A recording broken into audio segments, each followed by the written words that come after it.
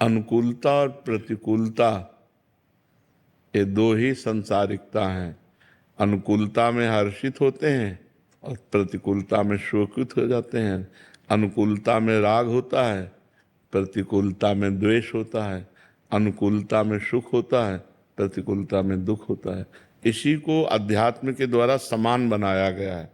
अनुकूल प्रतिकूल में समान, सुख दुखे समय कृत्वा लाभा लाभो जया जयो।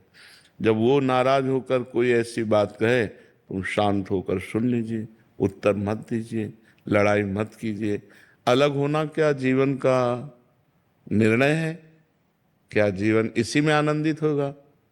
क्या तुम ब्रह्मचर्य आजीवन रह सकते हो? क्या वो आजीवन ब्रह्मचर्य रह सकती है? तो क्या व्यभिचार के द्वारा पाप करके नरक जाने का रास्ता पुष्ट नहीं करते? अगर तुम दोनों पति पत्नी मिलकर प्यार से जीवन व्यतीत करते हुए, भगवान का स्मरण करते हुए, तो सदगति हो जाएगी। लड़ाई मत लड़ो, उसको प्यार करो। एक कुत्ते को प्यार करे तो पूंछ डुलाने लगता है, हम मनुष्य को प्यार करें तो क्यों नहीं अधीन कर सकते? प्यार में पशु को अधीन किया जा सकता है। तो हमें लगता है कि हम अपनी पत्नी को प्यार करें, पत्नी को चाहे अपने पति से प्यार करें। ये इधर उधर जो गंदी बातें हैं ये सब छोड़ दे। दंड भोगना जब पड़ता है तब फिर होश उड़ जाते हैं। अभी तो यहाँ के कहाँ नरक है, कहाँ स्वर्ग है, ऐसे बोलते हैं, कहाँ नरक स्वर्ग है। यहीं देख लो नरक स्वर्ग है। देखो सारा खेल कर्मों का है। तो हम लोग बहुत होश में चलें। ये लड़ाई झगड़ा पति पत्नी में जैसे लड़ाई झगड़ा होता है, एक को गंभीर हो जाना चाहिए। जैसे आप सत्संग में आए हो, भाग्यशाली हो, अब आपको गंभीर हो जाना चाहिए। राधे राधे दोस्तों। तो दोस्तों, जैसा कि आप सुन रहे थे कि प्रश्न था कि क्या पति पत्नी के बीच में लड़ाई झगड़ा होने से डिवोर्स लेना कोई उचित है? तो पूज्य महाराज श्री प्रेमानंद जी ने इसका जवाब बहुत ही सुंदर और अच्छे ढंग से बताया कि हमारे जीवन में ही दो ही स्थितियां होती हैं, एक प्रतिकूलता, एक अनुकूलता।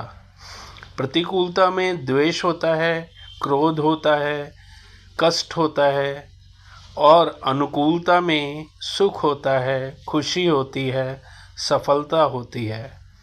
तो जैसा कि यदि हम प्रतिकूलता में भी अनुकूलता ले आएं, क्योंकि अध्यात्म में यही सिखाया जाता है कि सुख दुख, लाभ हानि, जय पराजय, किसी भी स्थिति में हमें सम रहना चाहिए।